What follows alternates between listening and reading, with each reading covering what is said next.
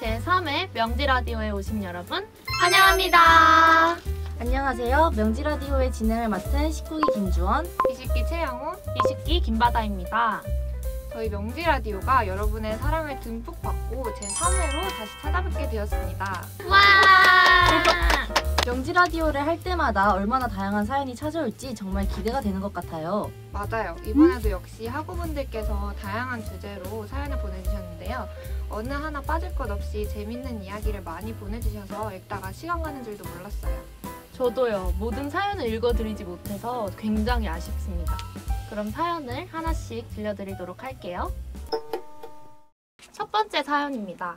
닉네임 7713님께서 보내주신 사연인데요.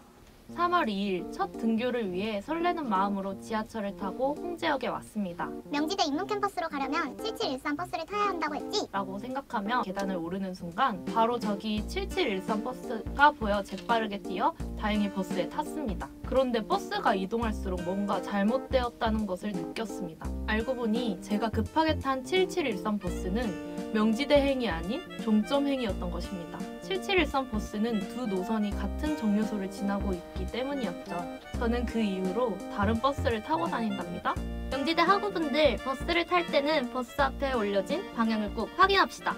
혹시 저희 진행자분들은 학교 올 때 뭐 타고 오시나요? 저는 7612 버스 타고 다니거든요. 아시죠 모두? 마이엘 7612. 저희 학교가 아무래도 지하철역이랑 가까운 게 아니라 버스 정류장만 있다 보니까 좀 노선이 헷갈리는 경우가 좀 많은 것 같다고 저는 생각이 들거든요. 그래서 저도 처음 신입생 때는 학교 오려면은 엄청 빨리 준비해서 한 2시간 먼저 나오고 그랬던 것 같아요. 혹시 내가 다른 데로 가면 어떡하지? 라는 그런 고민 때문에. 저도 길치라서 굉장히 공감합니다. 저도 길치. 다 길치군요. 그럼 다음 사연으로 넘어가 보겠습니다. 닉네임 이케아 강아지 인형님께서 보내주신 사연입니다. 저는 평소에 힙합 뮤직을 좋아하는 학생입니다. 시험 기간이 되어서 강의를 듣기 위해 교내 노트북 열람실에 갔습니다. 노래를 듣기 위해 무선 이어폰을 노트북과 연동시켰습니다. 이어폰 연동음이 띠링 들리자마자 저는 신나는 힙합 뮤직을 틀었습니다.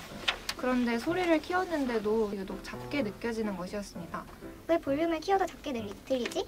그래서 저는 아무 생각 없이 볼륨을 빵빵하게 키웠습니다. 그 순간 사람들이 모두 저를 쳐다봤습니다. 알고 보니 제 무선 이어폰은 노트북이 아닌 휴대폰과 연결이 되어 있었고 제 같은 힙합 뮤직은 노트북 스피커에서 울려 퍼져서 조용한 열람실을 가득 채우고 있었습니다. 저는 너무 부끄러워 얼굴이 빨개진 채로 짐을 다시 싸서 뛰쳐나갔습니다. 그날 저는 공부에 집중을 하나도 못한 채로 결국 하루를 망치고 말았습니다. 그 일 생각하면 아직도 심장이 콩쾅거려 열람실에 가기가 두렵습니다. 어떻게 이겨내야 할까요? 라고 보내주셨는데 생각만 해도 너무 가슴이 콩쾅콩쾅 뛰는 그런 사연이네요. 근데 이런 경험 다들 없으세요? 저도 있어요. 전 진짜 많거든요. 아 정말요? 그러면 이 두려움 어떻게 이겨내면 좋을까요? 방안들 혹시 있으시나요? 사람들은 생각보다 다른 사람한테 관심이 없기 때문에 여러분이 한 번 정도 사고를 쳤다 해도 다른 사람들은 기억을 못할 것 같아요. 그리고 어차피 매일매일 그 열람실에 있는 사람들은 다르잖아요. 그렇죠. 아무도 몰라요. 맞아요. 그 사람이 또 이 사람인지. 세 번째 사연입니다. 닉네임 연어곤님께서 보내주신 사연입니다. 교양 수업을 듣다 문득 심심해진 저는 수업 중이신 교수님을 그리기 시작했습니다. 열심히 낙서를 완성하고 나니 제가 봐도 걸작이었습니다. 그래서 교수님 그림 위에 포브스 선정 수업을 가장 안 끝내주는 남자 라고 적은 다음 삼성 세어를 켜 다수의 학우들에게 사진을 공유하였고 저는 뿌듯해하고 있었습니다. 그런데 저는 교수님도 사진을 받을 수 있다는 사실을 망각하고 있었습니다. 교수님은 그 사진을 보고서 죄송합니다. 빨리 끝내드릴게요. 라고 하시고는 5분 만에 수업을 후다닥 끝내주셨습니다. 상처받지는 않으셨죠, 교수님? 이 자리를 빌어 사과드릴게요. 죄송합니다. 웃픈 사연인데요? 웃긴데 슬픈 사연. 근데 여기서 포브스 선정 수업을 가장 안 끝내주는 남자가 너무 웃기지 않아요? 이거 받으면 어떻게 수업을 안 끝내주냐고요. 그러게요. 뜬금없는 상황에 사진을 받은 것들 중에 뭐 혹시 기억에 남는 게 있다 이런 거 있으시나요? 저는 수업 시간에 누가 박진영 자기야를 친구그렸다를 아시나요? 이거요? 네, 딱 이렇게 생겼습니다. 딱 이렇게 생겼다뇨.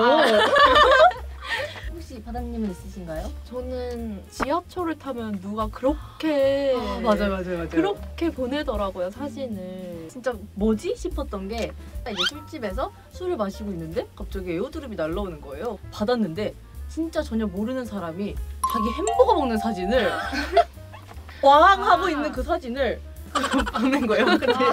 그래서 전 그때 너무 웃겼어요. 그 상황이. 그 누구누구님이 보내겠습니다라고 이렇게 가잖아요. 김주환님이 보냈습니다 하면 이제 김주환 학생이 이런 생각을 갖고 있구나 하면서 이제 막 눈여겨본다거나. 하지만 교수님도 이런 재치 있는 상황 덕분에 네. 수업도 빨리 끝낼 수 그렇죠, 있었고 그렇죠. 네. 빨리 퇴근하고 싶어 하지 않으실까요? 어쨌든 직장인이시니까. 사연자님으로 인하여 다른 여러 명의 학우들이 조금 더 행복한 하루를 보냈을 거라고 저는 생각이 듭니다. 저희가 사연자분 대신에 교수님께 사과를 한번 해볼까요? 하나, 둘, 셋. 죄송합니다.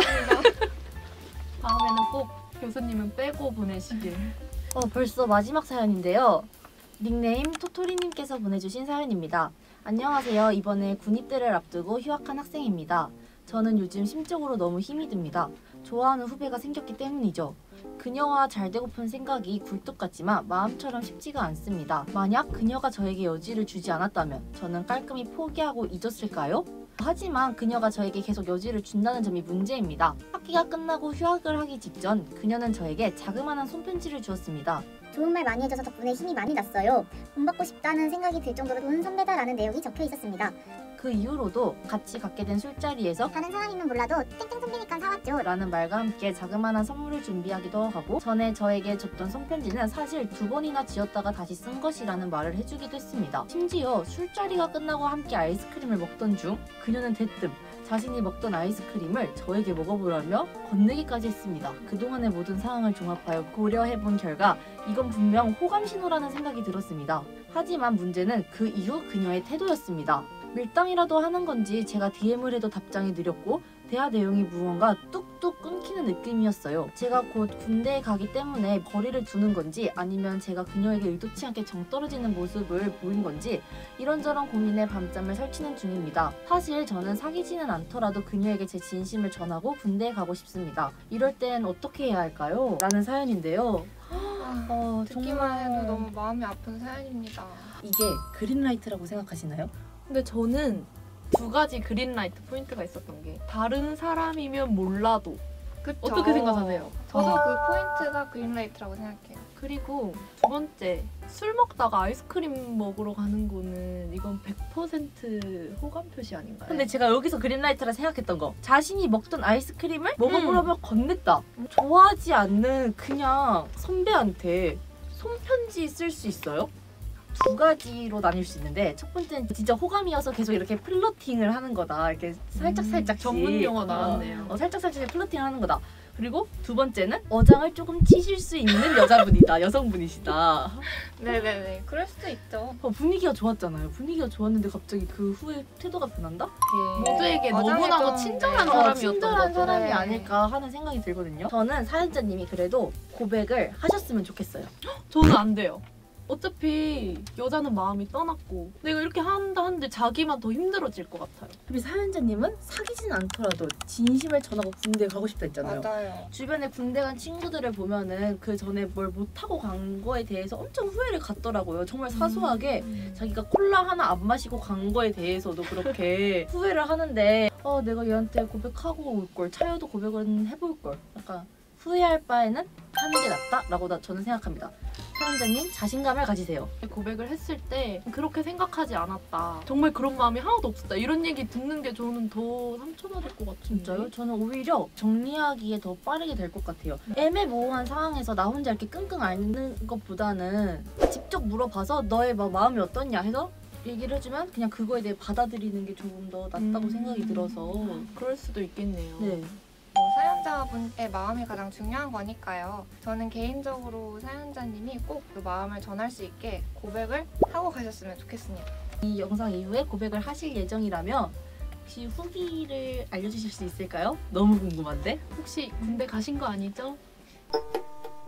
네, 저희가 준비한 사연은 여기까지입니다. 너무 빨리 끝나서 아쉽다고요? 걱정하지 마세요. 명지라디오는 앞으로도 계속 찾아오겠습니다. 소개된 사연자분들에게는 저희가 소정의 상품을 보내드리도록 하겠습니다. 명지 라디오가 재밌으셨다면 좋아요. 댓글, 구독, 알림 설정까지 부탁드려요. 부탁드려요. 망가부.